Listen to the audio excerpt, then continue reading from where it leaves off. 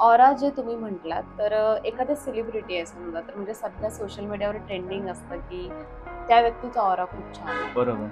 आता दीपिका असेल किंवा कुठलीही ॲक्ट्रेस असेल, तर ती आली तर तो दीपिकाचा ऑरा आहे. त्यामुळं वातावरण एकदम भारी झालं. राइट. असं म्हणतात. पण नेमकं ऑरा म्हणजे काय आणि याचा काय प्रकार असतो आणि ऑरा क्लिनिंग म्हणजे काय असतं? ओके.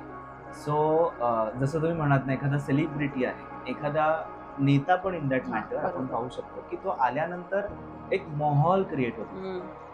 आता ह्याच्याबरोबर सिमिलर मी म्हणालो एखादा योगी आहे, एखादा साधक आहे, तो आल्यानंतर सुद्धा असाच एखादे महाराज आहेत, ते आल्यानंतर सुद्धा असा एक माहोल क्रिएट होतो. त्याला आपण म्हणतो, की त्यांचा काय ऑरा आहे. ऑरा ह्याचा सगळ्यात सोपा शब्द ऑरा आहे. त्याला म्हणतात प्रभावलय किंवा आभामंडळ आपल्या भारतीय टर्म्समध्ये. सायंटिस्ट लोकांनी याचा अभ्यास करायला सुरुवात केला आणि 1939 मध्ये एक सायंटिस्ट होते, ज्यांचं नाव होतं डॉक्टर किर्लियन.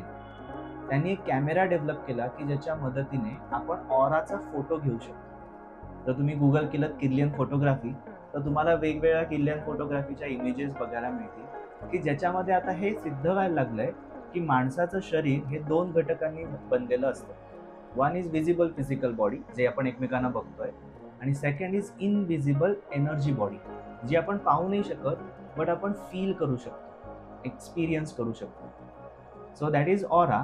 सायंटिफिक टर्म्समध्ये ह्याला म्हटलं जातं बायोप्लाझ्मिक बॉडी. बायो म्हणजे पदार्थाची चौथी अवस्था आणि प्लाझ्मा याचा अर्थ असा होतो, प्लाझ्मा याचा अर्थ होतो पदार्थाची चौथी अवस्था आणि बायो म्हणजे जीवन. म्हणजे जो जो मॅटर जिवंत ऊर्जा शरीराने बनलेला आहे त्याला म्हणतात ऑरा.